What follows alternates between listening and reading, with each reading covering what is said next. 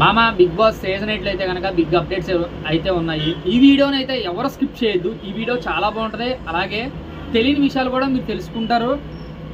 మీరు ఈ వీడియోని చూడడం వల్ల ఈ వీడియో అనేది వేరే వాళ్ళు కూడా సజెషన్ అయ్యింది, నాకు కూడా హెల్ప్ఫుల్ అవుద్ది.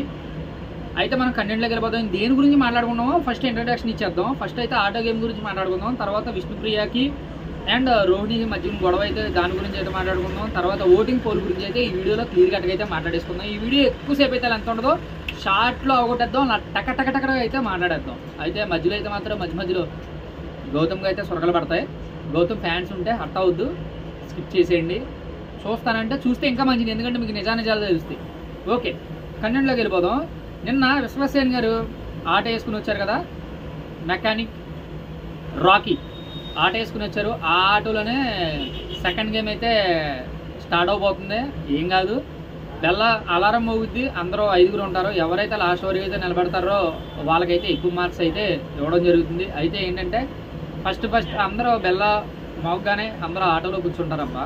ఫస్ట్ పాపం కిందగా వచ్చింది, కింద పడిపోయింది మన టేస్టీ తేజ.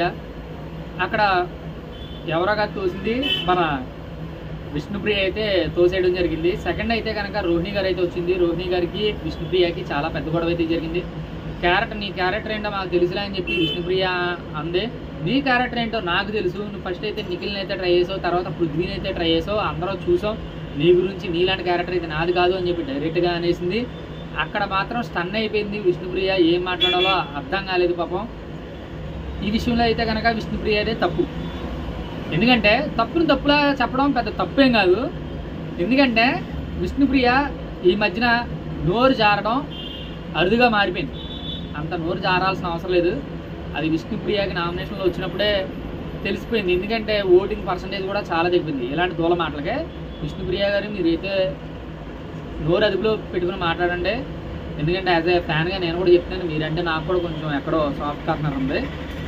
అలాగే థర్డ్ వచ్చేప్పటికి యష్మి అయితే తోసేయడం జరుగుతుంది. యష్మికి విష్ణుప్రియ కూడా గొడవే. ఇక్కడ ఏళ్ళ తిట్టేసుకోవడం సరిపోతుంది.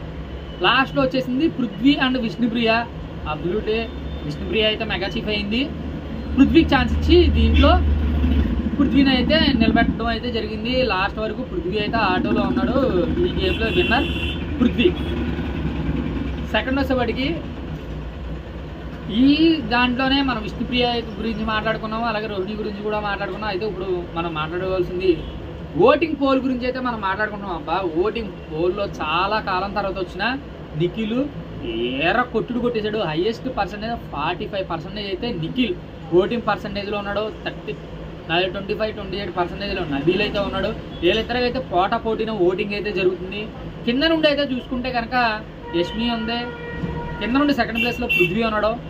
ప్రేరణకి పృథ్వీకి ఎంత డిఫరెన్స్ లేదబ్బా, 1% ఉంది డిఫరెన్స్. అది పెద్ద ఇష్యూవే కాదు. అది కూడా ఈరోజు సరైన కంటెంట్ అయితే పడితే పృథ్వీ థర్డ్ ప్లేస్కి వెళ్ళే ఛాన్స్ అయితే క్లియర్ కట్గా కనబడుతుంది. గాయస్, మీరు వేసే ప్రతి ఓటుని జెన్యున్గా ఎవరైతే ఉన్నారో హౌస్లో జెన్యున్గా ఎవరైతే ఉంటున్నారో వాళ్ళకైతే ఓటేయండి. కోపాలు ఆ టైంలో ఏదైనా వస్తుంది. మనం 45 మినిట్స్లో జడ్జ్ చేసి ఓటేయడం కరెక్ట్ కాదు. అప్పుడప్పుడు లైవ్ చూస్తూ ఉండండి, మీకే అర్థమవుతుంది ఆ గొడవకి ఏ రకంగా దారి తీస్తుంది అనేది మీకు అర్థమవుద్ది. ప్లీజ్ జెన్యున్ పర్సన్గా అయితే ఓటేయండి. Signing off Ashok.